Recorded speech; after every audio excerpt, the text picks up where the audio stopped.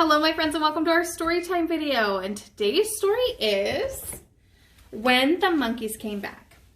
It's written by Christine L. Franklin and illustrated by Robert Roth. Now follow along and listen as I read the story. I might have some questions for you. Alright.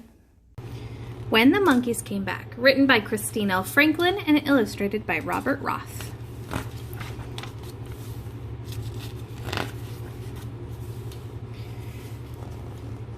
When Donna Marta was a little girl, the valley was a peaceful place. Children giggled as they chased each other between rows of tall corn. Fathers whistled as they dug into the gardens. Mothers hummed softly as they wrapped black beans in cornmeal and banana leaves to cook. There was one old road in the valley, but it was an ox cart road. An open place for meeting friends or cousins, a nice place for walking, a sunny place for catching lizards. There weren't any cars at all. The valley was a quiet place. Except when the monkeys called.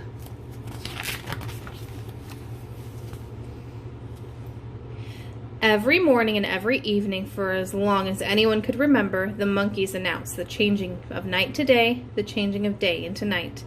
At dawn they would howl and bark at one another, and the noise they made was like thunder in the trees. At dusk they would hoot and scream, and each leaf and each blade of grass would tremble from the sound. Can you howl like a monkey? Oh, that's good. That would definitely make the blades of grass tremble.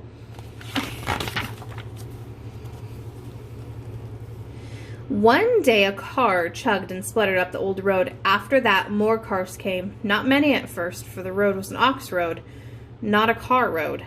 Marta was afraid of the cars. The sound and smell made her hide behind her mother's skirt. More and more cars came, and trucks, and more noise. Before long, it wasn't safe to walk down the middle of the road anymore, or to stand and talk, or to chase the quick lizards. Still, the monkeys shouted from the trees, drowning out all the new noises for a few moments each day, hooting to one another as they always had, waking in the world in the morning and calling the workers home from the fields at night.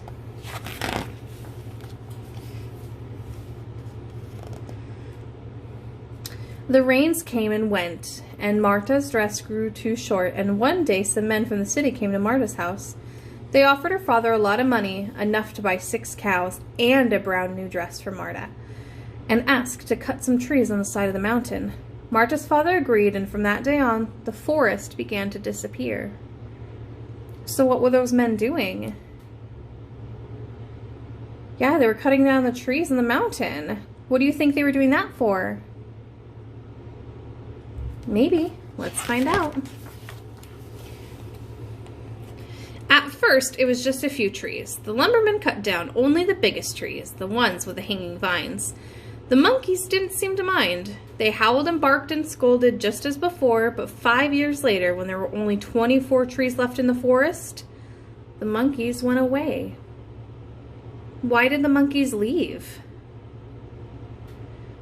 Yeah, there wasn't enough trees. There was only 24 trees left in the whole forest.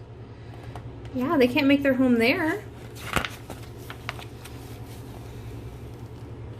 Marta didn't know where the monkeys went. One night, just as the sun slipped behind the hills, the monkeys shrieked and hooted and cried, louder than ever before. Some said it was because of the full moon. Others said the rainy season was near. But the next morning, the valley was as silent as a stone. Over the next several years, the last of the trees were cut down. What had once been a forest was now covered with stumps and tangled brush. There were very few birds, but no monkeys. Most people forgot about the monkeys. They had roosters to wake them up in the morning, lamps to work by at night, but Marta didn't forget.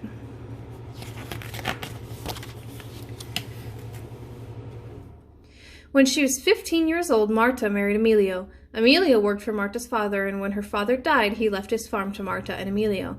"You have a lot of land now," said Marta one day. "I would like to have some of it for myself." Emilio laughed, because in those days women did not own land. "Soon we will have a family to feed," said Emilio. "After I plant corn and beans and squash, there will be nothing left over to give you. The rest of the lands belong to the cows." "What about the land on the side of the mountain?" asked Marta. "There are too many stumps for a garden, and it's too steep for cows." "That's true," Emilio said, and thought it went against the custom. He gave the land of the side of the mountain to Marta.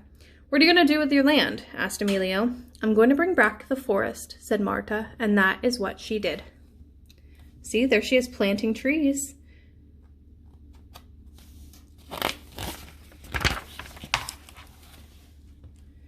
Marta planted trees from the foot of the mountain as far up as she could climb. When the sun baked the ground in the dry season, she held buckets of water to the trees. When the hard rains washed the little trees from the soil, she gently replanted them. So there she goes, their bucket of water. What do you think is going to happen with those trees? Yeah, they might. Let's find out. Years after years went by. Marta took care of the trees. In the next 15 years, she gave birth to 11 children. Each child learned to plant and tend trees. Year after year, Marta's children grew tall, and so did the trees. "Coffee grows well in the mountain," Emilio would tease. "Maybe you could plant coffee on your land." But Marta didn't listen. She didn't change her mind, and the forest came back. So Marta planted all those trees, and the forest came back. What do you think is going to happen now? Let's find out. Many more years passed. The trees grew higher and higher, and Marta's children grew up and had children of their own.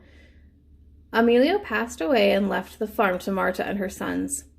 One day, old Donna Marta took a walk along the road in the warm sunshine. The children greeted her as she passed. "Good morning, tree lady," they said. "Good morning," answered Donna Marta, with a wink and an old smile. She leaned on her stick and stared across the valley.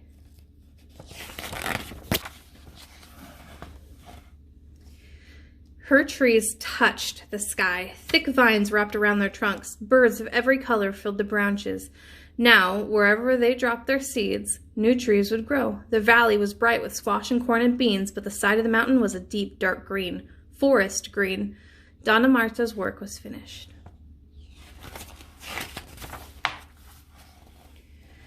One night, Donna Marta couldn't sleep.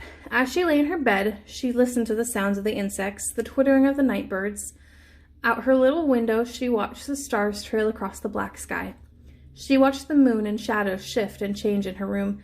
As dawn approached, she heard the roosters begin to crow. And then she heard another sound. At first, it sounded like the barking of dogs, but soon the barking turned into howling. The howling turned into shrieks, and the shrieks turned into shouts, and every leaf and every blade of grass trembled with the sound. What do you think it is? Is it the monkeys? Let's see. Donna Marta hobbled to the window and leaned out. The dark air thundered with the sound of monkeys, hooting, howling, screaming from the treetops, waking up the whole world once again. Donna Marta closed her eyes, smiled a wrinkled smile, and listened to the music that she had missed for 56 long years. So the monkeys were gone for 56 years. Why did they come back? Because Donna Marta planted all those trees and grew a forest.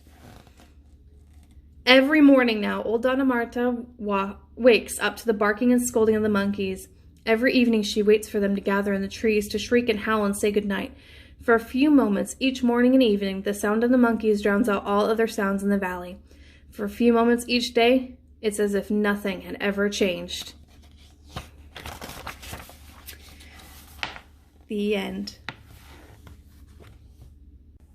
Thank you so much, my friends, for listening to the stories When the Monkeys Came Back, written by Christine L. Franklin and illustrated by Robert Roth. I hope that you enjoyed it, because I sure did. It was really cool to see someone planting so many trees and for the monkeys to come back after 56 long years. Why did they come back again? Right, because there were so many trees, their home was grown up again. That's amazing to see. Have you guys ever planted a tree before? Well, ask your grown-ups and see if that you can. I think this weekend I'm going to plant a tree of my own in my yard. I don't know if we'll have monkeys, but maybe we'll have some birds or something else. All right, my friends, thank you so much for listening to me, and I will see you later in our next video. Bye for now.